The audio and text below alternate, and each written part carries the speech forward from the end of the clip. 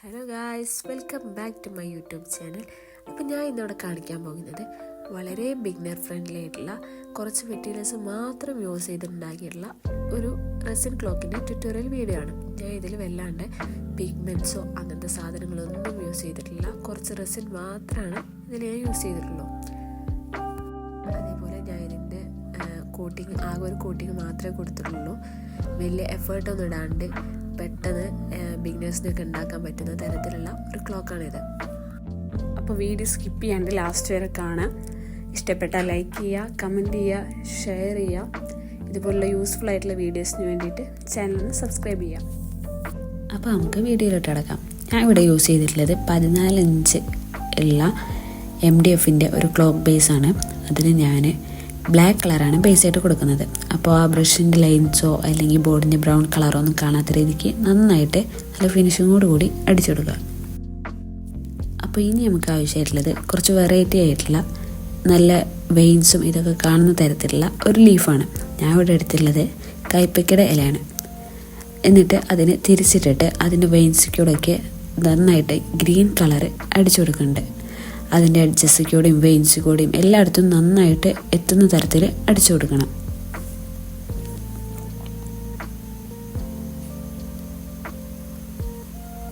എന്നിട്ട് അതിന് പതുക്കെ പറിച്ചെടുത്തിട്ട് ഇതിൻ്റെ മേലെ കമഴ്ത്തി വെച്ച് കൊടുക്കുക. എന്നിട്ട് നന്നായിട്ട് പ്രസ് ചെയ്ത് കൊടുക്കണം. ഞാനീ കാണിക്കണ പോലെ വെറുതെ വിരലുകൊണ്ട് അതിന്മേൽ കൂടെ ഇങ്ങനെ തലോടി കൊടുത്തിട്ട് കാര്യമില്ല. നന്നായിട്ട് പ്രസ് ചെയ്ത് കൊടുക്കണം. എന്നിട്ട് പതുക്കെ അതൊന്ന് പറിച്ചെടുക്കണം. അങ്ങനെ ഞാൻ എൻ്റെ ഒന്നാമത്തെ ലീഫ് സക്സസ്ഫുള്ളി കൊളാക്കിയിട്ടുണ്ട്. അങ്ങനെ ഞാൻ രണ്ടാമത്തെ ഇലയും വെച്ച് ചെയ്തു. അതും ഏകദേശം കൊളായിരുന്നു. അങ്ങനെ ഞാൻ ട്രൈ ചെയ്ത് അവസാനം നേരാക്കി എടുത്തു. അങ്ങനെ ഇതുപോലെ കുറേ ലീഫ് ഞാൻ ചെയ്തെടുത്തു. അതിൽ പിന്നെ ഞാൻ എൻ്റെ അടുത്ത ലീഫ് എടുത്തു. അതിൽ ഞാൻ വൈറ്റ് കളറാണ് അടിച്ചത്. അതും നല്ല ക്ലിയർ ആയിട്ട് എല്ലായിടത്തേക്കും ഓടി അടിച്ചു കൊടുക്കുക.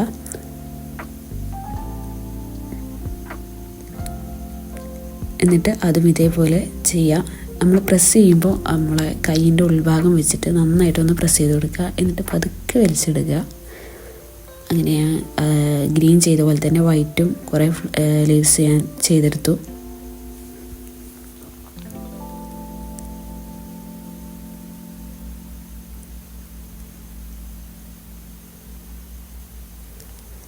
അതൊക്കെ കഴിഞ്ഞിട്ട് ഞാൻ മൂന്നാമത്തെ ലീഫ് എടുത്ത് അതിൽ ഞാൻ ഗോൾഡൻ കളറാണ് അടിച്ചു കൊടുത്തത്. അതും ഇത് സെയിം പോലെ അവിടെ ഇവിടെയൊക്കെ ആയിട്ട് ആ ഗ്യാപ്പ് കാണുന്നിടത്തൊക്കെ വെച്ചിട്ട് കൊടുക്കാം.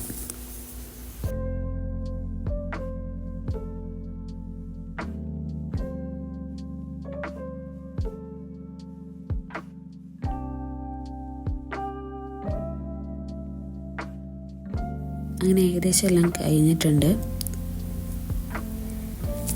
ഈ ഒരു കിറ്റ് ഞാൻ 150 റുപ്പീസിന് മേടിച്ചതാണ്. അതിൽ ക്ലോക്കിൻ്റെ നീഡിലും അതിലത്തെ ലേബൽസും മെഷീനും പിന്നെ ബാക്കിൽ തൂക്കിയിടുന്ന ഹുക്കും ഒക്കെ കൂടിയിട്ടാണ് 150 റുപ്പീസിന് കിട്ടിയത്. സോ ഇനി നമുക്കിതിൻ്റെ ലേബൽസ് നമുക്ക് ഇതിൽ ഒട്ടിച്ചു കൊടുക്കാം. ആദ്യം അതിന് വേണ്ടിയിട്ട് ഞാൻ പ്രൊട്ടക്ടർ ഏകദേശം അതിൻ്റെ സെൻട്രലായിട്ട് വെച്ച് കൊടുത്തു. ഇതിൻ്റെ ഓരോ ഗ്യാപ്പിലത്തെയും ആംഗിൾ കണ്ടുപിടിക്കാൻ വേണ്ടിയിട്ട് നമ്മൾ 360നെ 12 കൊണ്ട് ഡിവൈഡ് ചെയ്തിട്ട് ചെയ്യണം. അപ്പോൾ നമുക്ക് 30 ഡിഗ്രി, അതായത് ഓരോ ലെറ്റേഴ്സിൻ്റെയും ഇടയിലുള്ള ഗ്യാപ്പ് തമ്മിലുള്ള ആംഗിൾ എന്ന് പറയുന്നത് 30 ഡിഗ്രി ആയിരിക്കും. അപ്പോൾ നമ്മൾ 30 ഡിഗ്രി വെച്ചിട്ട് അതിൽ ഇങ്ങനെ മാർക്ക് ചെയ്ത് കൊടുക്കുക.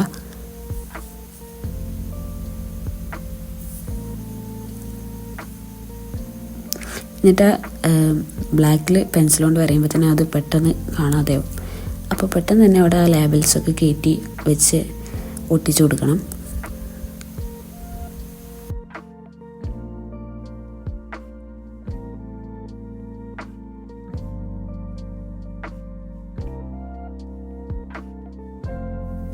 ഞാൻ ഇവിടെ ജസ്റ്റ് നമ്മുടെ ഫെവിക്കോൾ യൂസ് ചെയ്തിട്ടാണ് സ്റ്റിക്ക് ചെയ്ത് കൊടുത്തിട്ടുള്ളത്.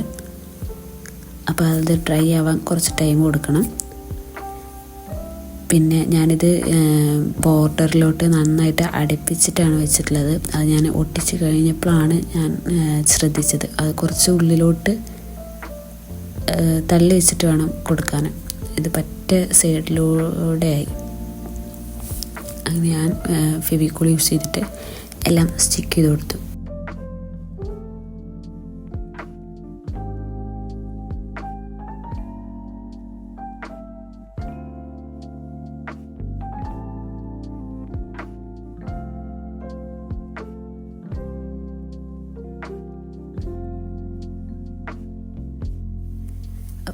ഞാനിവിടെ യൂസ് ചെയ്തിട്ടുള്ളത് ആർട്ട് എന്ന് പറയുന്ന കമ്പനിയുടെ 3:1 റേഷ്യോയിലുള്ള റെസിനാണ്.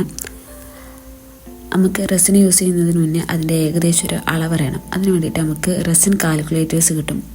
ജസ്റ്റ് ഗൂഗിളിൽ പോയി സെർച്ച് ചെയ്യുക ചെയ്തിട്ടുണ്ടെങ്കിൽ നമുക്ക് കുറച്ച് റെസിൻ കാൽക്കുലേറ്റേഴ്സ് കിട്ടും. അതിൽ നമ്മൾ ഇപ്പോൾ സർക്കിളാണെന്നുണ്ടെങ്കിൽ അതിൻ്റെ ഡയമീറ്റർ, കാസ്റ്റിംഗ് ആണോ അല്ലെങ്കിൽ കോട്ടിംഗ് ആണോ അതൊക്കെ കൊടുക്കുക. ഞാൻ ഇതായതുകൊണ്ട് കോട്ടിങ് കൊടുത്ത് അതിൽ എന്നിട്ട് ഏത് റേഷ്യോ ആണ് എന്നൊക്കെ കൊടുത്തിട്ടുണ്ടെങ്കിൽ എത്ര ഡയമീറ്റർ ആണ് എന്നൊക്കെ കൊടുത്തിട്ടുണ്ടെങ്കിൽ നമുക്കൊരു ഏകദേശ വാല്യൂസ് കിട്ടും റെസിൻ്റെയും ഹാർഡ്നറിൻ്റെയും. ഞാൻ ഇവിടെ എടുത്തിട്ടുള്ളത് 35 ഗ്രാം ഹാർഡ്നറും 105 ഗ്രാം റെസിനുമാണ്. കാൽക്കുലേറ്ററിൽ കിട്ടുന്ന വാല്യൂവിനേക്കാളും കുറച്ച് കൂടുതൽ എടുക്കുന്നത് നല്ലതായിരിക്കും. കാരണം കുറഞ്ഞു പോയാൽ നമുക്ക് ആദ്യമൊക്കെ ഒന്ന് മിക്സ് ചെയ്ത് ഉണ്ടാക്കി വരുന്നതൊക്കെ റിസ്ക്കാണ്. അപ്പോൾ കുറച്ച് കൂടുതൽ ഉണ്ടാക്കാം. അങ്ങനെ അതിന് നന്നായിട്ട് മിക്സ് ചെയ്ത് കൊടുക്കണം. എല്ലാ സൈഡ്സും ഇതൊക്കെ ആക്കിയിട്ട് നന്നായിട്ട് മിക്സ് ചെയ്ത് കൊടുക്കണം. സ്ലോ ആക്കിയിട്ട് നമ്മൾ മിക്സ് ചെയ്യുകയാണെന്നുണ്ടെങ്കിൽ അതിനനുസരിച്ച് ബബിൾസ് കുറഞ്ഞിട്ടും. എന്നിട്ട് ഞാൻ ഇപ്പം ഇതിൽ കാണിച്ച പോലെ ഒരു 4 ഗ്ലാസ് എടുത്തിട്ട് കമിഴ്ത്തി വെച്ചിട്ട് അതിൻ്റെ മേലെ ഈ ബോർഡ് കയറ്റി വെക്കുന്നുണ്ട്. അപ്പോൾ നമ്മളിത് വെക്കുമ്പോൾ ലെവലൊക്കെ നോക്കിയിട്ട് വേണം ശരിക്കും വെക്കാൻ. പക്ഷേ എൻ്റെ അടുത്ത് അങ്ങനത്തെ സാധനങ്ങളൊന്നുമില്ല. കാരണം ഞാൻ പറഞ്ഞു ഇതൊരു ബിഗിനർ ഫ്രണ്ട്ലി ആയിട്ടുള്ള ഒരു വീഡിയോ ആണ്. അപ്പോൾ അതൊന്നും ഇല്ലാണ്ട് നമുക്ക് എങ്ങനെ ഉണ്ടാക്കാമെന്ന് നോക്കാം. അപ്പം ഞാൻ ഈ ബോർഡിൻ്റെ ചുറ്റിനും ഇൻസുലേഷൻ ടേപ്പ് ചുറ്റി കൊടുത്തിട്ടുണ്ട്. അപ്പോൾ ഓവർഫ്ലോ ആയി പോകുന്നത് ആദ്യമൊക്കെ ഏകദേശം നമുക്ക് തടയാൻ പറ്റും. അപ്പോൾ പിന്നെ നമുക്ക് ഏതെങ്കിലും ഒരു സൈഡിലേക്ക് കൂടുതലായിട്ട് ഒലിച്ച് വരുന്ന പോലെയൊക്കെ തോന്നുകയാണെന്നുണ്ടെങ്കിൽ അതിനനുസരിച്ച് ജസ്റ്റ് പൊക്കിയൊക്കെ കൊടുക്കാം. എന്നിട്ട് ഞാൻ പതുക്കെ ഇതിലോട്ട് റെസിൻ ഒഴിച്ച് കൊടുക്കുന്നുണ്ട് എല്ലാ സൈഡ്സിലോട്ടും. നമ്മൾ ഈ റെസിൻ ഒഴിച്ചതിന് ശേഷം ഇങ്ങനത്തെ വർക്കൊക്കെ ചെയ്യുമ്പോൾ വല്ലാണ്ട് കൈവച്ച് പ്രസ് ചെയ്ത് അങ്ങോട്ടും ഇങ്ങോട്ടും ആക്കാതിരിക്കലായിരിക്കും നല്ലത്. കാരണം ചിലപ്പോൾ ആ പെയിൻറ്റ് ആ റെസിൻ്റെ കൂട്ടത്തിൽ ഇങ്ങോട്ട് ഇതായി മിക്സ് ചെയ്ത് വരുന്നുണ്ടാവും. അപ്പോൾ വല്ലാണ്ട് അതിലിട്ട് കൈയിട്ട് കിളുമ്പാണ്ട് ജസ്റ്റ് ഇങ്ങനെ അങ്ങോട്ടും ഇങ്ങോട്ടും ചരിച്ചിട്ടോ അല്ലെങ്കിൽ ഇതേപോലെ എന്തെങ്കിലും ടൂൾസ് വെച്ചിട്ട് ജസ്റ്റ് ഇങ്ങനെ പതുക്കെ കുറേശ്ശെ ആക്കി കൊടുക്കലാവും നല്ലത്. ഇല്ലെങ്കിൽ ചിലപ്പോൾ ആ പെയിൻ്റ് അതേപോലെ ഇതായി വരുന്നുണ്ടാവും. എനിക്ക് അങ്ങനത്തെ അനുഭവങ്ങളുള്ളത് കൊണ്ടാണ് ഞാൻ അങ്ങനെ ചെയ്യാത്തത്. ഞാൻ ആദ്യം ഇതിൻ്റെ ലേബൽസ് പുറത്ത് കാണുന്ന വിധത്തിൽ, അതായത് റെസിൻ അതിന് മേലെ ഒഴിക്കാണ്ട് ചെയ്യാമെന്നാണ് വിചാരിച്ചത്. പക്ഷേ അതിന് മേലെ കൂടെയൊക്കെ ആയി. അപ്പം ഞാൻ പതുക്കെ അത് മറ്റേ സ്റ്റിക്കറൊക്കെ പറിച്ചു കൊടുത്തിട്ട് അതിന് മേലെ കൂടെ ഫുള്ളാക്കിയിട്ട് ഒഴിച്ചു കൊടുത്തു. ഇങ്ങനെ ഒരു പിന്നൊക്കെ വെച്ചിട്ടാണ് ഞാൻ അതിൻ്റെ മേലത്തെ സ്റ്റിക്കർ കഷ്ടപ്പെട്ട് പറിച്ചെടുക്കുകയാണ് ചെയ്തത്. എന്നിട്ട് നമുക്കിത് ഡ്രൈ ചെയ്യാൻ വെക്കണം. ഫുള്ളി ക്യൂർ ആവാൻ 24 ഹവേഴ്സാണ് വേണ്ടത്. ഞാനിത് അതിൻ്റെ ഇടയ്ക്ക് കുറച്ച് ക്ലിപ്സ് ഞാൻ എടുക്കാൻ വിട്ടുപോയി. ഞാൻ കുറച്ച് കഴിഞ്ഞപ്പോൾ കുറച്ച് അതൊന്ന് ഡ്രൈ ആയി തുടങ്ങിയെന്ന് കണ്ടപ്പോൾ ഞാൻ അതിൻ്റെ ആ ഇൻസുലേഷൻ ടേപ്പൊക്കെ പറിച്ചെടുത്ത് കളഞ്ഞിരുന്നു. അല്ലെങ്കിൽ അതിൻ്റെ അഡ്ജസ്റ്റൊക്കെ ആ ഇൻസുലേഷൻ ടേപ്പിൻ്റെ ആ ഷേപ്പിലായി വരുമായിരുന്നു. അപ്പോൾ അതൊന്ന് മാറിക്കിട്ടാൻ വേണ്ടിയിട്ട് ഞാൻ ഇൻസുലേഷൻ ടേപ്പൊക്കെ റിമൂവ് ചെയ്തിരുന്നു.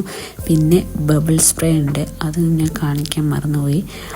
അതും ഞാൻ ഇതിൻ്റെ മേലെ സ്പ്രേ ചെയ്ത് കൊടുത്തിരുന്നു. കുറച്ച് ഒരു 10-20 മിനിറ്റ് കഴിഞ്ഞതിന് ശേഷം ക്ലിയർ ആയതിന് ശേഷം ആ കിറ്റിൽ ഇതേപോലൊരു ക്ലോക്കിൻ്റെ മെഷീൻ ഉണ്ടായിരുന്നു. പിന്നെ ഈ ഹോൾഡർ ഞാൻ വേറെ മേടിച്ചതാണ്. അതിലുള്ളൊരു കമ്പി പോലത്തെ ഒരു ഹോൾഡർ ആയിരുന്നു, അതല്ല ഞാൻ യൂസ് ചെയ്തത്. ഞാൻ വേറെ മേടിച്ചതായിരുന്നു. എന്നിട്ട് അത് യൂസ് ചെയ്തിട്ട് മെഷീനും ഒക്കെ വെച്ച് കൊടുത്ത് അതിൻ്റെ നീഡിൽസും ഇതൊക്കെ, ആ നീഡിലൊക്കെ അതിലൊരു റൗണ്ട് ഇതിൻ്റെ ആയിരിക്കും, അതിലോട്ട് ഇങ്ങനെ ഇറക്കി വെക്കണം. അങ്ങനെ വെച്ച് സെറ്റാക്കി കൊടുത്തിട്ടുണ്ട്. അപ്പോൾ നമുക്ക് ഇതേപോലത്തെ ഒരു അടിപൊളി ക്ലോക്ക് കിട്ടും. സോ എല്ലാവരും ഇതൊന്ന് ചെയ്ത് നോക്കുക.